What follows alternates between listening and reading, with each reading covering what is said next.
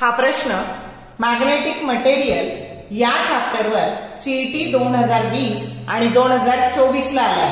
The magnetic moment produced in a sample of 2 gram each 8 into 10 raised to minus 7 ampere into meter square.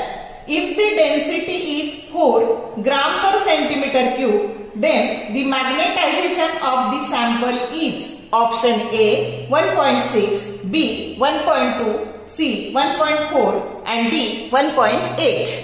तर आपल्याला जे sample दिलंय त्याचं मास हे 2 ग्राम दिलंय आणि त्याची magnetic dipole movement he 8 into 10 raised to minus 7 ampere meter square दिली आणि ते ज्या मटेरियलचं बनलेलं आहे त्याची density 4 gram per centimetre cube दिली आणि आपल्याला इंटेन्सिटी ऑफ मॅग्नेटायझेशन विचारलेलं आहे. मग मॅग्नेटायझेशनचा फॉर्म्युला काय असतो? मास पर युनिट व्हॉल्यूम.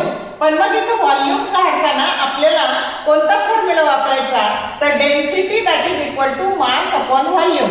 मग मास आहे 2 ग्राम आणि म्हणून व्हॉल्यूम बरोबर काय झालं? हा व्हॉल्यूम काढायचा तर मास अपॉन डेन्सिटी. मास आहे 2 ग्राम आणि डेन्सिटी आहे 4 ग्राम पर सेंटीमीटर क्यूब.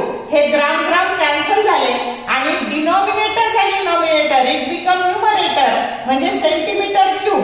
हे जे 10चा वजा 6 घात आहे तो कुठे गेला? तर तो न्यूमरेटरला गेला आणि 2 1 2 आणि 2 2 4 म्हणजे half into 10 raised to minus 6 हा व्हॉल्यूम झाला.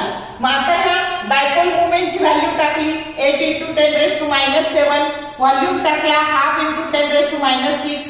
आता -6 कॅन्सल झाले आणि -1 शिल्लक राहिलं. परत डिनॉमिनेटरचा डिनॉमिनेटर इट बिकम्स न्यूमरेटर म्हणजे 8 into 2 that becomes 16 into 10 raised to minus 1 म्हणजे किती झाले? 1.6. मग किती झाली? इंटेन्सिटी ऑफ मॅग्नेटायझेशन झाली 1.6 एम्पियर पर मीटर की जो करेक्ट ऑप्शन ए आहे. बघा 2020 ला आलाय 24 ला आलाय तर हे रिपीट होऊ शकतं. रेग्युलरला पण अशा टाईपचा प्रॉब्लेम तुम्हाला पडू शकतो 2 मार्काला. जर तुम्हाला शॉर्ट व्हिडिओ आवडले लाईक करा, शेअर करा, कमेंट करा. For more useful tips and tricks keep watching wings of physics. Thank you very much.